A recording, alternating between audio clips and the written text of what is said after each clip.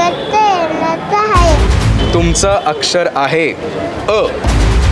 आनंद वाटतोय की फक्त देशात नाही पण बाहेर सुद्धा त्यानिमित्ताने लोक एकत्र येत आहेत. ज्याला येते त्यांनी मोरया म्हणा. गणपती बाप्पाचं आवडतं नक्षत्र, नक्षत्रांची नावच माहिती नाही.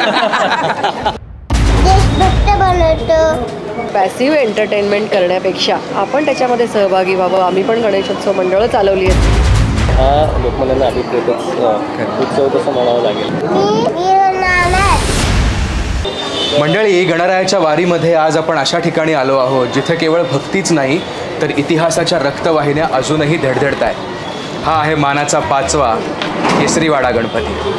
गणपती म्हटलं की आपल्याला आठवतं अगरबत्त्या, फुलं, मोदक हे सगळं तर इथे आहेच, पण त्याचबरोबर पुण्याचा हा बाप्पा खऱ्या अर्थानं स्वातंत्र्य लढ्याचा साक्षीदार आहे, लोकशिक्षणाचा आधारस्तंभ आहे आणि हो, आपल्या पुण्यनगरीची शानसुद्धा आहे. लोकमान्य बाळ गंगाधर टिळकांना वंदन करून सुरुवात करूया आजच्या आपल्या एपिसोडला. आपल्या कार्यक्रमाचं नाव आहे चॅम्पियन वेफर रोल्स आणि WS बेकर्स प्रस्तुत वारी गणरायाची, co powered by ethics MCB, clothing partner Pratipada clothing, media partner capture media. चला तर मग बघूया काय काय घडतंय आजच्या एपिसोडमध्ये. गणपती बाप्पा मोरया.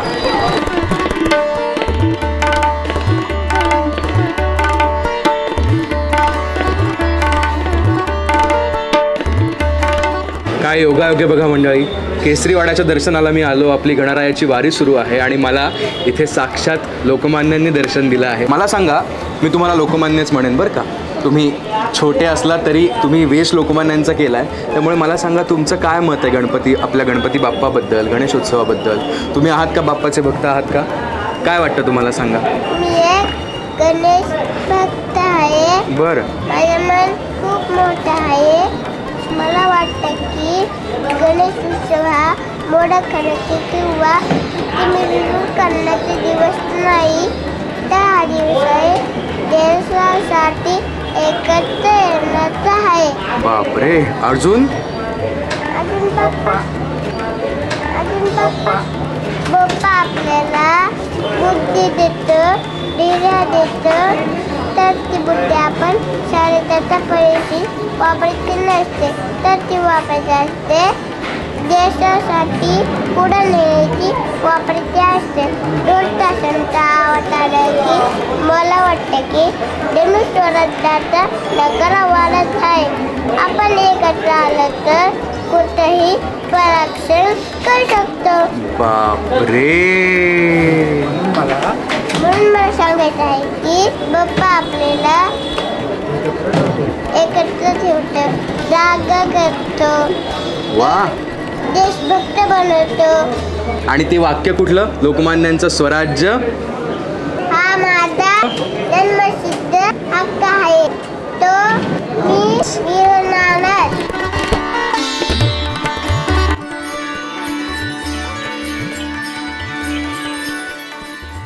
मला तुमची नावं सांगा. प्रचिती पगार. वैभव. तनुजा. तुमचं स्वागत आहे. आपला सेगमेंट आहे सूरनिरागस हो. यामध्ये होणार असं आहे की मी तुम्हाला एक अक्षर देईन, त्या अक्षरावरून तुम्हाला एक गाणं म्हणायचं आहे, एकत्र म्हणायचं आहे. अट ही आहे की एक कडवं तरी म्हणता आलं पाहिजे आणि गणेशोत्सव असल्यामुळे गाणं बाप्पाचं म्हणायचं आहे. आणि जर तुम्ही थोडेफार शब्द इकडे तिकडे चालतील, पण प्रयत्न करा. आणि फक्त तुम्ही जर म्हटलं पूर्ण आणि जर ते पूर्ण कडवं बरोबर आलं तर तुम्हाला WS बेकर्सकडून एक गिफ्ट मिळणार. रेडी आहात तुम्ही? गणपती बाप्पा. तुमचं अक्षर आहे अ. 5 सेकंद आहे तुमच्याकडे, पटकन विचार करा. हो. अशी चिक्क मोठ्याची माळ. कमान कमान कमान. अशी चिक्क मोठ्याची माळ होती ग तीस तोळ्याची ग. वा. चिक्क मोठ्याची माळ होती ग तीस तोळ्याची ग. जसा गणपतीचा गोंडा चौरंगी लाल बाबाचा ग. गणपतीचा गोंडा चौरंगी लाल पावटा ग. अशी चिक्क मोत्याची माळ होती ग तीस तोळ्याची ग. चिक्क मोत्याची माळ होती ग तीस तोळ्याची ग. वा वा वा वा वा. त्या बात. आणि जे एन्जॉय करून तुम्ही म्हटलंय ना, त्यामुळे खरं तर तुम्हाला 4-5 हॅम्पर्स द्यायला पाहिजेत, पण आता आम्ही एकच आणलेला असल्यामुळे तुम्हाला WS बेकर्सचं खास हॅम्पर आहे. त्याच्यामध्ये खूप गोष्टी आहेत, त्यामुळे तुमचा आजचा दिवस खूप गोड जाणार आहे. गणपती बाप्पा मंगल मूर्ती.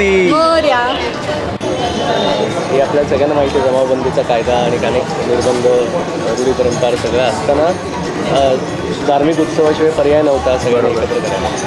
पण जसे सगळे एकत्र त्यानिमित्ताने झाले, म्हणजे गणेशोत्सव आणि छत्रपती शिवाजी महाराजांचा उत्सव असं दोन्ही त्यांनी सार्वजनिक करायचं जेव्हा करून आणि सगळे एकत्र आले, स्वराज्याच्या लढ्यात सामील झाले, तेव्हा ही चळवळ त्यांनी भारताची उन्नती करण्याकरता सुद्धा वळवलेली असते. बरोबर.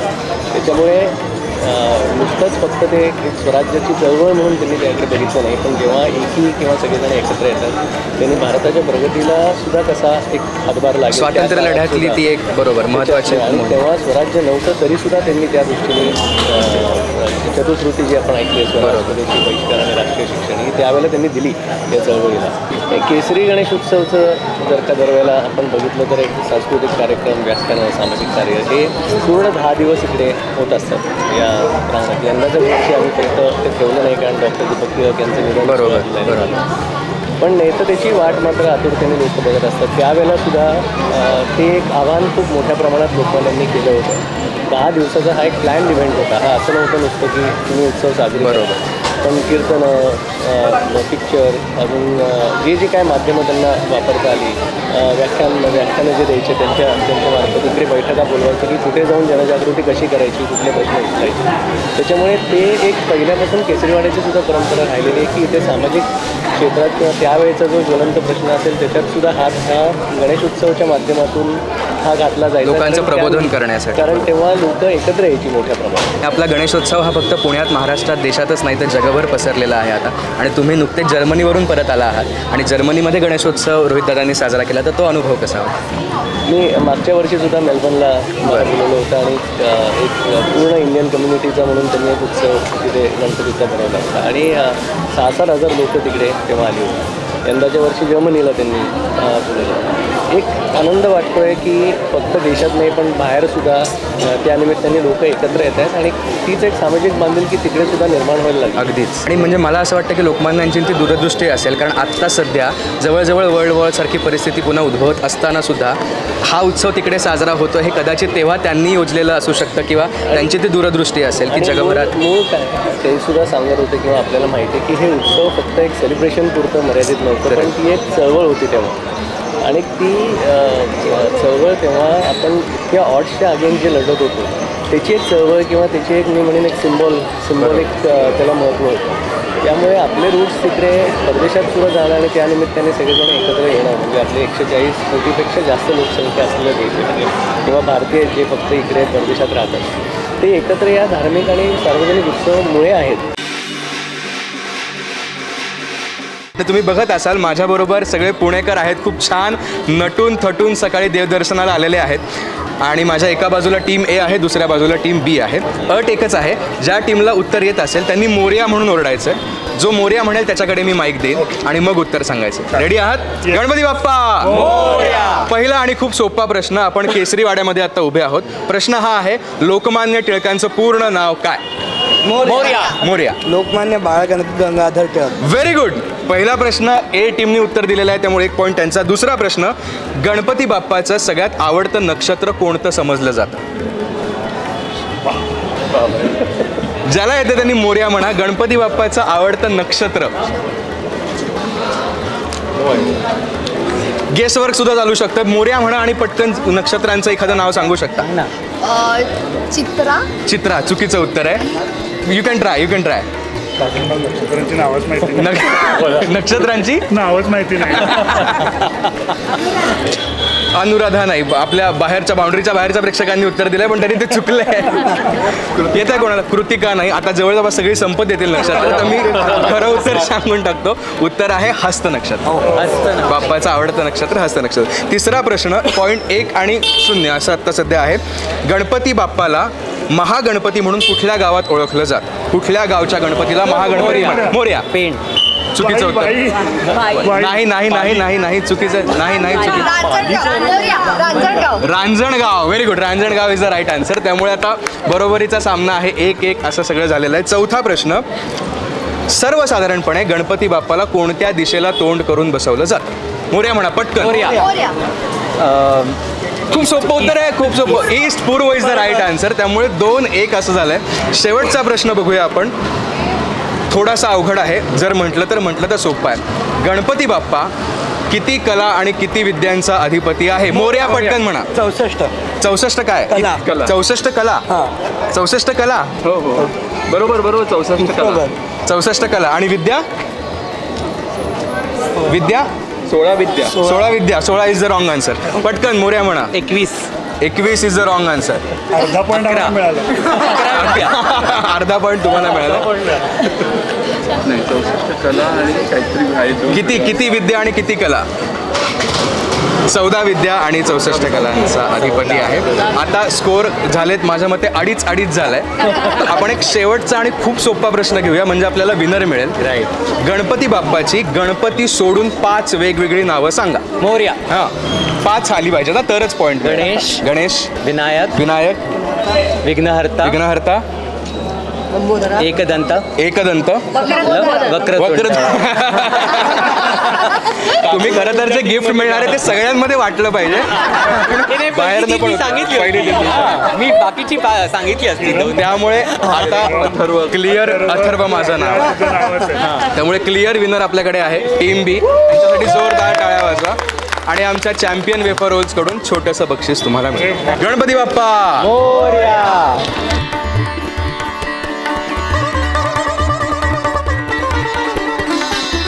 आमच्या सगळ्या पुणेकरांच्या लाडक्या मेधाताई तुम्ही आहात.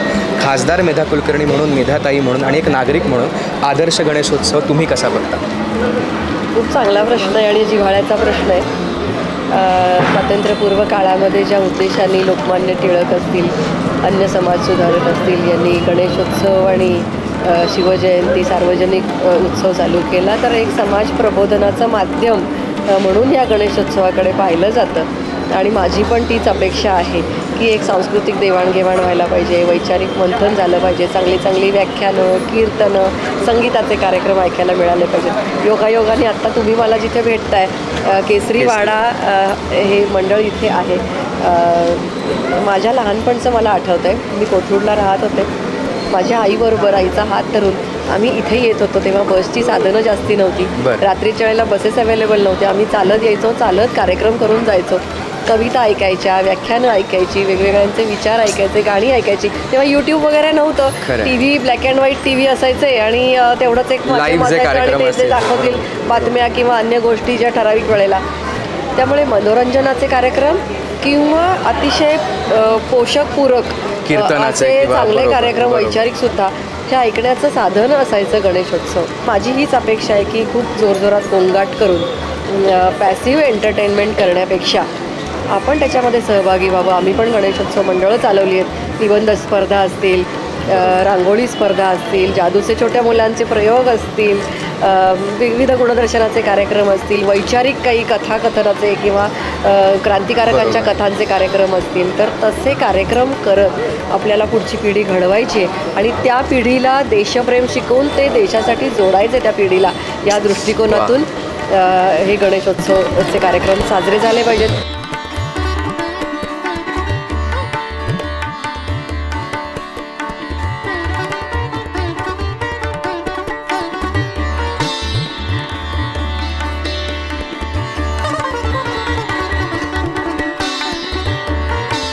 सामाजिक कार्यात मात्र मंडळी ही वर्षभर झुकून द्यायला लागलेत आणि हा लोकमान्यांना अभिप्रेतच उत्सव तसं म्हणावं लागेल. कारण वर्षभर तुम्ही सामाजिक कार्य करणं आणि ही शक्ती, कारण करोडोच्या संख्येने ही शक्ती एकत्र येते या निमित्ताने आणि ती सर्व शक्ती एका चांगल्या सामाजिक कार्याकरता किंवा देशाच्या प्रगतीकरता लावली गेली तर त्याचा फायदा हा मोठ्या प्रमाणात होऊ शकतो आणि जो होतो तो दिसतो आहे. मिरवणुकीचा प्रश्न आपण बघितला तर एक कसं आहे, म्हणजे याच्यात 2 गोष्टी आहेत. माझं वैयक्तिक तुम्ही विचारलं तर हा उत्सव सगळ्यांनी एकत्र येऊन एक वाजत गाजत आनंदातच साजरा व्हायला पाहिजे. हजारो लाखोच्या संख्येने लोक बाहेर येणार, त्याच्यात कधी कधी वेळ जास्त लागतो, कमी लागतो, हे घडतं. पण DJ लावून गणरायापुढे हवं तसं नाचणं योग्य आहे का, तर ते अजिबात नाही. बरोबर. तुम्ही त्यानिमित्ताने, कारण ती आपली संस्कृती नाही किंवा तो आपण आपला इतिहास न कुठेतरी विसरतोय का. तुम्ही एकत्र या, त्यानिमित्ताने सगळेजण अगदी लाईटिंग मोठं करा, त्याच्याने मिरवणूक करा. आता 2 तासाची फार उत्तम पथकं आपल्याकडे आहेत. आपल्याकडे यायला लागले. ती संस्कृती एक नव्याने गेल्या आपण काही वर्षात बघितलं तर हजारोच्या संख्येने तरुण मुलं मुली ही गणरायाची सेवा 2 महिने काम बाजूला ठेवून प्रॅक्टिस करून करत असतात. एवढ्या चांगल्या संस्कृती आपल्या आहेत, त्याच्यामुळे त्याच्यात निश्चितपणे काही लोकांनी तो एक विचार करावा की आनंदात होऊ द्या आणि मोठ्या प्रमाणात हा उत्सव साजरा होते. हजारोच्या संख्येने सगळे होत आहेत, अनेक मंडळं होत आहेत. त्यात वेळ थोडी पुढे मागे झाली तरी मला वाटत नाही की कोणाला त्याच्यावर काहीतरी आक्षेप आहे. योग्यरित्या साजरी कधी कधी जर का झाला नाही किंवा अतिरेक झाला तर काही लोकांचा आक्षेप त्याच्यावर. बरोबर. पण ओव्हरऑल बघितलं तर मी म्हणलो तसं मला याचा निश्चितच आनंद आहे की सामाजिक कार्यात मात्र ही सर्व गणपती मंडळ अगदी भक्त वगैरे सगळे वर्षभर कार्य करत असतात. वा वा वा, खऱ्या अर्थाने समृद्ध करणारा, मला अथर्व म्हणून समृद्ध करणारा हा एपिसोड होता. आणि मला नक्कीच खात्री आहे की तुम्हाला सुद्धा सगळ्यांचे विचार, सगळ्या गप्पा, सगळी धमाल खूप आवडली असेल. त्यामुळे हा व्हिडिओ लाईक करा, शेअर करा, चॅनलला जरूर सबस्क्राईब करा आणि हो, कमेंटमध्ये सांगा की या व्हिडिओतला सगळ्यात महत्त्वाचा आणि आवडलेला भाग कोणता होता. भेटूया पुढच्या भागात आपल्या कार्यक्रमात. या कार्यक्रमाचं नाव आहे चॅम्पियन वेफर रोल्स आणि WS बेकर्स प्रस्तुत वारी गणरायाची, co powered by ethics MCB, clothing partner Pratipada clothing आणि मीडिया पार्टनर कॅप्चर मीडिया. बोला गणपती बाप्पा मोरया.